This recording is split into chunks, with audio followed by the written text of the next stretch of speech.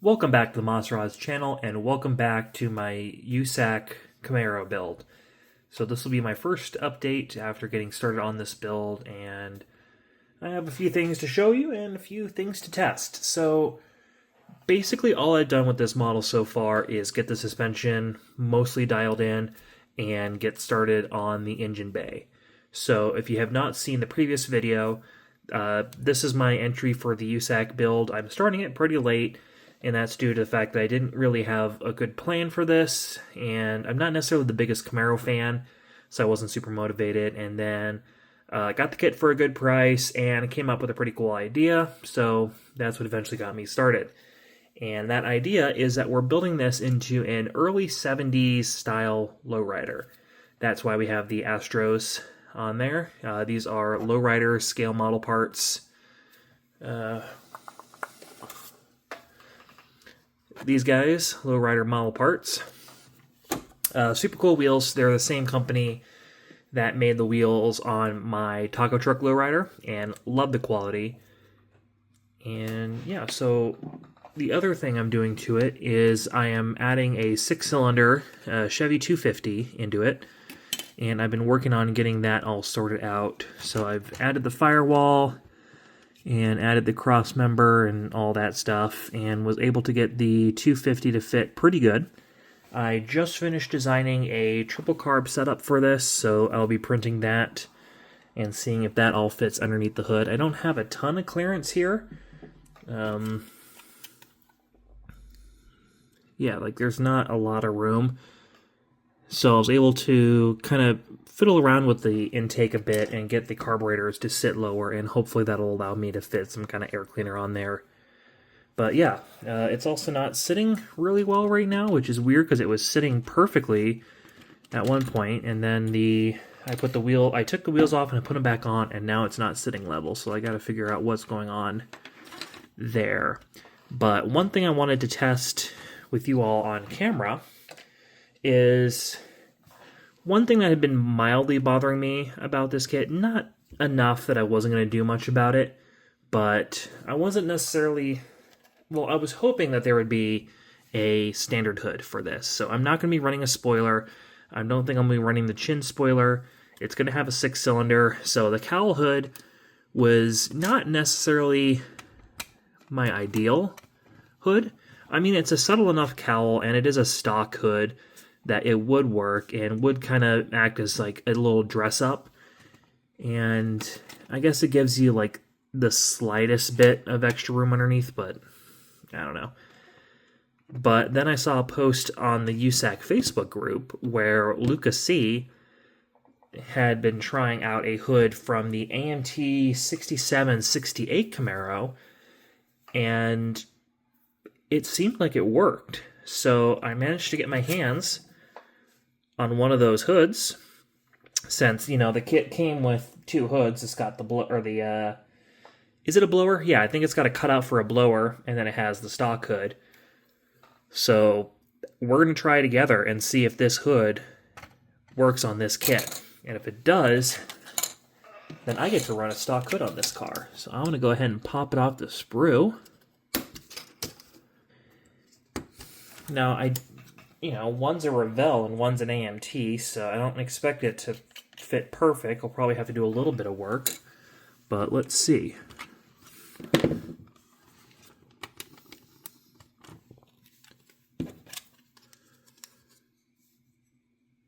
It looks like the AMT might be the slightest bit wider.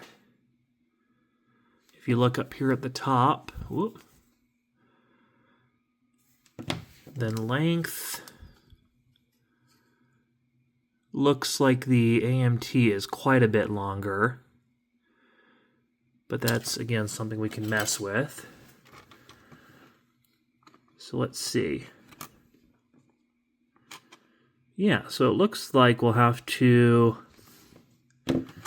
The cowl side doesn't necessarily line up the best, so I'll have to make that a little bit deeper. And yeah, so it looks like the little indents here are pretty darn close. I could sand that to make the hood a little bit wider. If you'd focus on the car and not my hand, that would be great. See if I can lock the focus. But yeah, that's pretty good. It is slightly wider, so I'll be able to sand that down a little bit. And then lengthwise, it is considerably longer, but we're going to take some material out in order to get the cowl to fit nicer. So, wow, this actually fits pretty nice down here at the nose of the car. So I think we're going to be taking our material off the back then. So just a couple passes with some, maybe a file or a sanding block on either side should get us in the ballpark for width. And then I'll have to do a little bit more sanding, if not maybe a tiny bit of cutting to get the cowl side to fit.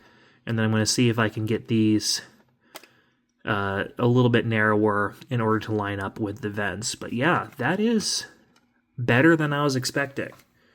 So I'm going to go ahead and fiddle with that, and we'll see how it works. All right, so that wasn't too bad at all. Only took about maybe 30 minutes.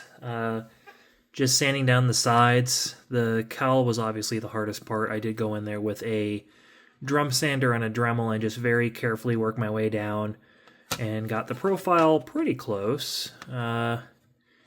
Obviously not the best, but it works. And then the nose was a little difficult because the Revell has a bit sharper of a pinch right here, and I didn't notice that until afterwards, so I didn't have enough material to work with to really replicate that on the AMT hood.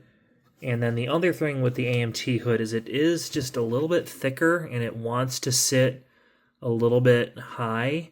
I've been trying to sand down the edges a little bit to make it fit. I think I got it a little bit closer on the passenger or driver's side. That's a little better. So I'm going to go in on the passenger and see if I can sand that down a little bit. But the other thing I ended up having to do is, well, first off, I transferred the hinges over. So took these from the Revell hood and applied those just because, you know, they actually work pretty decent. But there was a line right here on the inner cowl, and I ended up sanding that off so that the hood would sit a little more flush. But yeah, I'm going to try and sand a little bit on these corners just to try and get the hood to sit a little more clean.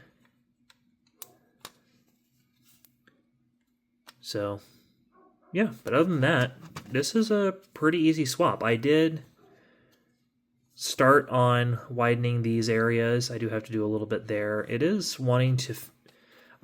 when I was messing with it, it was sitting a little bit towards... The hood was sitting a little bit towards the passenger side, but I got it so that the bump is sitting pretty darn well. And then, yeah, I'm going to take a little bit off there and a little bit off there to try to smooth that out. But yeah, really not too bad of a swap.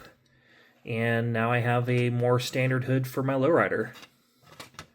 So what I did not show in the first half, which I meant to, was I was going to kind of talk you through the suspension I did on here. So I'm going to pop all these wheels off.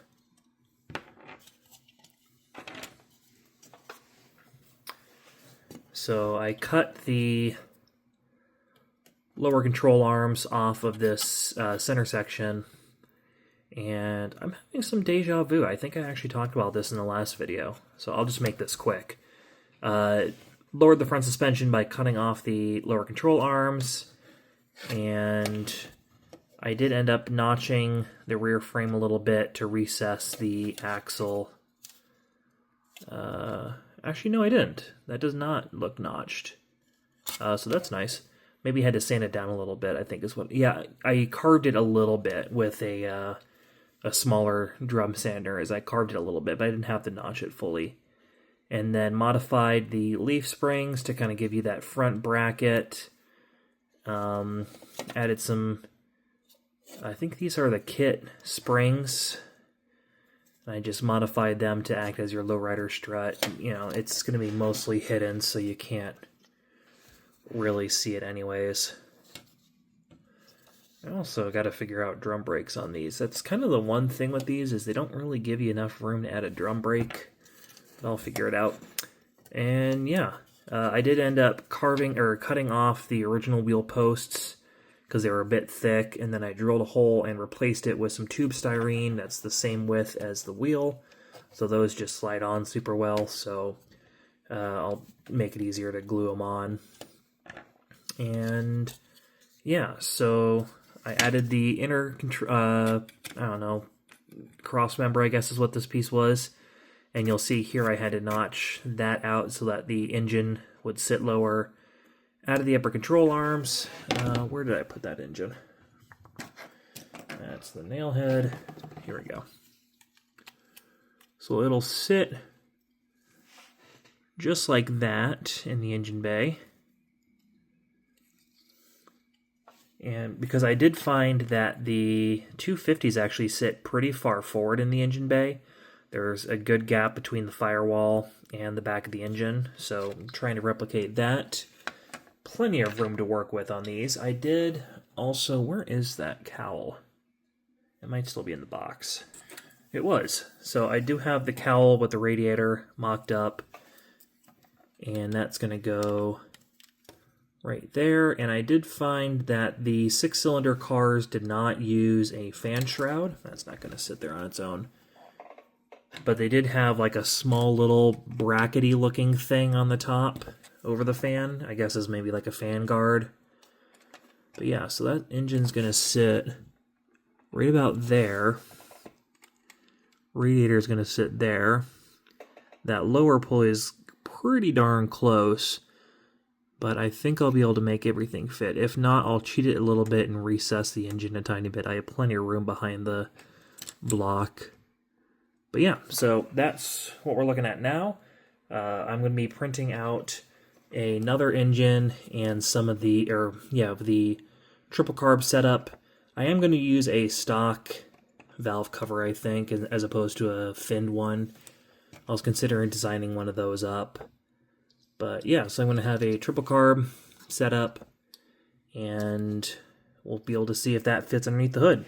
But one other thing I want to mention on the hood, since I brought it up, I actually do think that this is an upgrade. So if you look at the underside, the AMT hood has much nicer underhood detail than the Revell, which is just kind of barely there. I will have to clean up. Yeah, there are some little pin marks right there and there that'll need a little bit of attention. And I don't know, I guess if you're a stickler, well, actually, I don't know. Maybe a Camaro expert will be able to chime in. But if you look very closely, there we go. This front section is different on the two hoods. So I don't know if that is different between a 68 or 67, 68 and a 69. I know there are a few body mods or body differences, but yeah, so I don't know. Maybe this is better, or maybe that's incorrect. I don't know, but that's what we're going with. No one really tends to pay much attention to underhood details anyways. So that's where I'm going to leave it for tonight, and then I should be back once I have the different engine, or the secondary engine, printed up. I had also mentioned earlier in the video that for some reason the suspension wasn't lining up anymore. That's just because I didn't have it in the body correctly, so the body was shifting a little bit, or sorry, the base was shifting a little bit when it was in the body, but on the ground it is perfectly square. The only bit of flexion is from that front fender, and it actually currently rolls pretty nice until that happens. But yeah. The next day. Alright, so I have the new engine test printed, and I have the triple carb set up on there. I also designed up a new set of air cleaners. Don't pay too much mind to the red on there. I was using it to test clearance, and this is just a mock-up engine, so I'm not too worried about it. I was able to cut the transmission off the kit block, so that will all work together, and that'll go in there. And I did a little more detailing here and there. I got the hood smoothed out a little better. It's not sitting on there flush right now, but if I... Oh, now it's being a pain, but it looks better in person. I might still do some more body work on that, but we are getting close to paint, so I'm actually going to do some test painting here. And I don't know if I had mentioned this, but I have two different paths for this. One of them is going to be the easier route, and one of them is going to be a bit more complicated. I have never done an airbrush paint job on a model car. I've done a couple Hot Wheels very early on in my customizing career, and it did not go well. But I've been meaning to get into airbrushing, and I kind of want to do an airbrush paint job on this. But I'm leaving it open that if that does not work out, I have other options. And the other option is going to be some Duplicolor. This is light driftwood metallic, which I believe was like an early 2000s Impala color. Not Impala, Malibu. And this is looking a little gray with this lighting. But if I tilt it, you'll see it's kind of got like a nice pearlescent gold look. And it kind of looks like... is that Olympia gold? That was an option on these cars back in the day. So that would be the fallback plan, is to use that. I think that would look really clean, especially with the chrome wheels. And the other option would be I'm just going to say airbrush paint job. I'm going to leave some mystery up for the final reveal for this. Hopefully, if this paint job does work out. But I'm going to start experimenting with it, and I have this spare AMT Chevelle body that I'm never going to build. I almost bought a Chevelle, actually, as my first car, but other than that, I really am not the biggest fan of these. I like the older, like the 66 Chevelles, or, El Camino, the 66 Chevelle-based El Camino, not the 60, I think this is a 68-based one. Not the biggest fan of these. So I'm going to use this body as the test, because it actually has similar enough body lines that I can, well, there's your tease. It has similar enough body lines. Sorry, my chin is being a pain today. So yeah, I'm going to be test painting this, and if this goes well, then I'll do the paint on the Camaro, and if it does not, then I'm going to be doing the gold. But yeah, so I guess that means that this is going to be the last update. I know this is only the second update, but that's what happens when you start this so close to the deadline. I'm going to be losing about a week and a half of building. I will not be able to build. And then I only have about 2 weeks in March. And I also have another build to finish. But that's going to have the same deadline. It's not for USACC. But I have another build off that's ending on the 15th as well. So I'm going to try and transition my focus on over to that. And yeah, so I guess I'm going to leave you on a bit of a cliffhanger with this one. So thank you so much for watching. And next time you see this, it'll hopefully have some paint on it. And if we're really lucky, it'll have the cool paint job. And if not, it'll have a nice clean paint job, theoretically. Or it'll be a complete disaster and you'll never see this again. Who knows? That's the fun of it. Thanks again, and hopefully I'll see you in the next video. Bye.